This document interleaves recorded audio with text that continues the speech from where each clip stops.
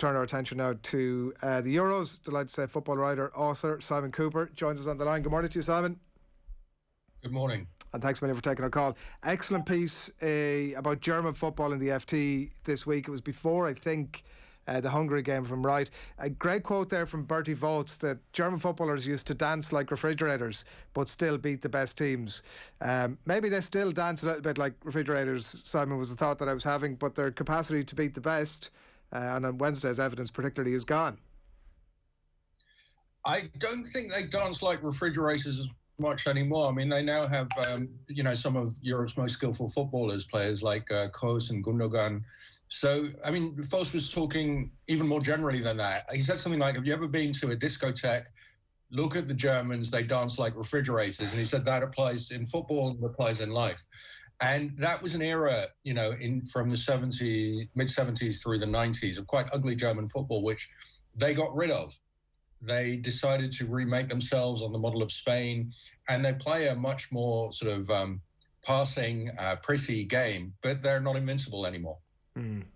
I was really interested in your point within the piece about the country being nostalgic for German virtues. We're nostalgic here for virtues that we've never actually seen, which is nice winning football.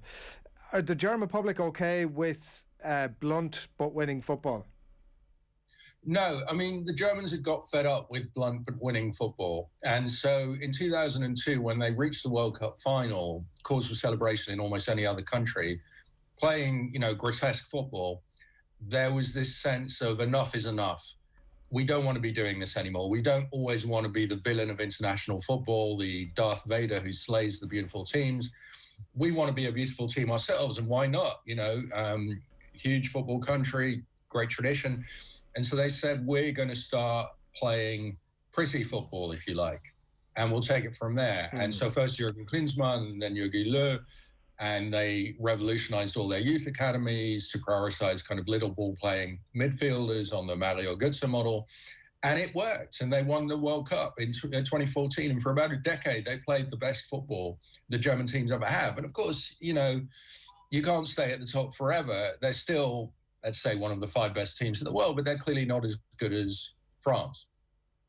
Yeah. What was the Brian Clough quote? Yes, we want to win it, but we want to win it better, is kind of what it feels a little bit like. Yeah, and also they say, you know what, and if we don't win, that's okay too. So in 2006, when they lost the semi to Italy, playing, pretty football, and got slayed, Germans were ecstatic. People were jumping into the Spree River in Berlin. It was like a party, because winning, I mean, Oliver Bierhoff, who was, the guy who scored the winning goal that won them ugly Euro 96, now general manager of the German Federation, he said around that time, I've noticed that fans don't really focus so much on winning, they want to party. And that's particularly true in Germany, where you can get up to 1 million people sometimes gathered around big screens at the Brandenburger Gate in Berlin. Football matches got turned into German parties. When you put all that in the mix, and I read some Dietmar Hamann comments in one of the papers this morning that the German rivalry means far less on the German side than it does. The German-England rivalry means far less on the German side. When you put that in the mix with those expectations and the position of German football at the minute, what is your expectation for Tuesday night? Home advantage helps. It helps less than in the past. It helps less in a less full Wembley. England are probably as good a team as Germany nowadays. I think if it goes to penalties, the kind of ghosts of the past will sit on the players' shoulders, and so Germany would probably win that. I think it's going to be a close game, hard to call. I also think on the English side, the rivalry is not what it used to be. I think that there's this trilogy of great England defeats to Germany, 1970, 1990, and then Euro 96. And that was a time when German football seemed invincible. It was ugly, when there were a lot of fears about Germany as the kind of superior economy. Why had Britain won the war but lost the peace? I think a lot of those frustrations had gone. The Germans are not invincible or ugly in football anymore. A lot of, the English themselves are so divided over so many things, and especially on the liberal left, let's say Remain side of England, there's a lot of affection, huge affection for Germany. In general, British people in surveys say they're quite pro-German. So I really don't think that this game has the needle that it once had. And also, of course, it's a repetition. You know, there comes a time, partly when you grow older, but also as international football grows older, that every match is a repetition of past matches. You know, when we're talking now, we all remember past England, Germany's. And I think that makes each new match sort of less raw, less emotional, less important, if you like. It's interesting that you mentioned the Liberal left there. Do you think that that is a connection that they have with the English football team? Do you think it's one that's growing as a result of maybe their protest and their consistency in taking the knee before games, that there is a narrowing of the divide between the left and this English football team? Well, I mean, England is in this kind of cultural civil war, has been for 5 years now. And oddly, what's happening is that the England football team has allied itself with the Liberal left by taking the knee. And, you know, and his very kind of liberal-seeming manager, Gareth Southgate, whereas the England fans at matches, the small group of people who go to England matches, small particularly at this time, are much more on the, let's say, Brexity side, and no doubt will be chanting 2 world wars and 1 World Cup at German fans. So I think the big rivalries that English people now have are with each other, not with Germany. It's an interesting point, and I guess it's what we're going to see. I guess it's more distilled down, as you say, in a less full Wembley as well. Do you think, kind of on a footballing level, then, that the English fans will get to a point where they'll want to win pretty eventually? I know at the moment it is just win by any means necessary, but do you think they will reach that sort of German level of appreciation or wanting something higher from their football than just winning football? I think that there's this aspect of English fans that they're not so much seeking to win pretty, some of them, but they're seeking to win passionately. And that what they want is players clattering into tackles, you know, risking their heads in clash of heads on headers, the kind of Terry Butcher with, you know, bleeding head image. And so, whereas the Germans crave prettiness, I think the English look at today's team, which is very organized and quite boring, and wish it would be a bit more old-fashioned, a bit more blood and thunder. Your point about English people, and I don't want to misparaphrase you, so do interrupt if I'm doing that, more at war with themselves than they are with the German people. Does that get parked once kick-off comes, Simon? Like, does it suddenly everybody realise, actually, we do really dislike this crowd, and suddenly we're all very vociferously against them? Or how do you see that? I don't think that most English fans dislike the German team. I mean, you know, Chelsea will have more players in the German team than in the England team, probably. There are a couple of English players who play in Germany. For the players, of course, they have much more in common with the guys who are playing against them than they do with their own fans. You know, they live in this kind of life of first-class airport lounges where their mates are other footballers from other countries. So, no, I don't think that when the whistle goes, suddenly England fans are going to hate the Germans and it's going to be all kinds of, you know, you started it, you invaded Poland stuff.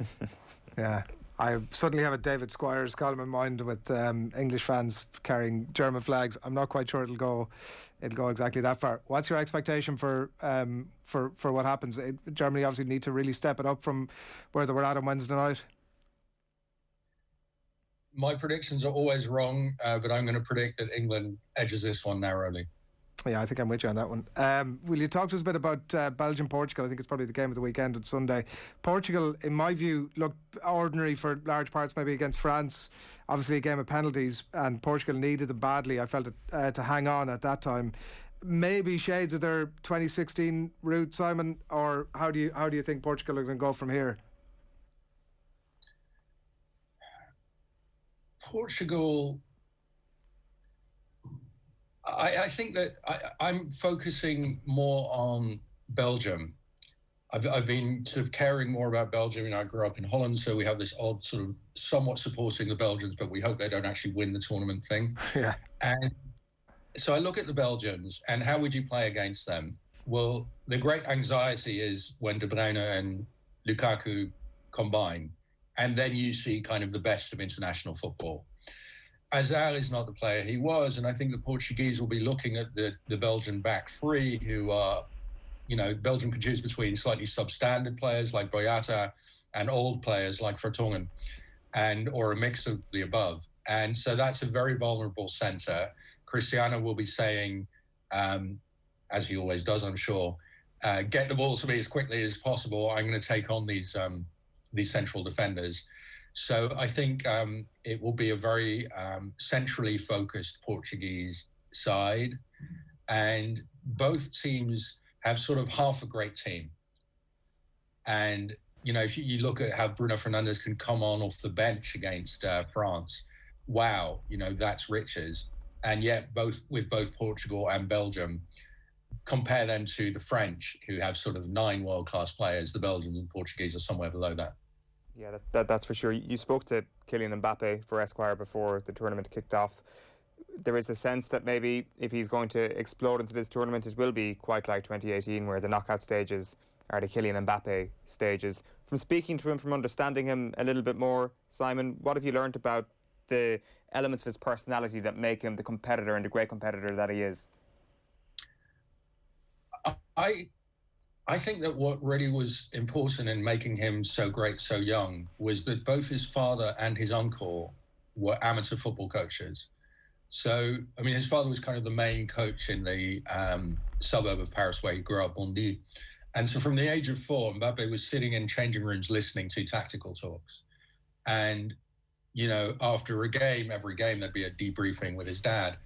And he said to me, I can think like a coach on the field. And he said, very few footballers can. Most footballers, he said, are worried about their own game and they can't see beyond that. But I can see if a teammate is not in the game, what's his problem, how I can put him right.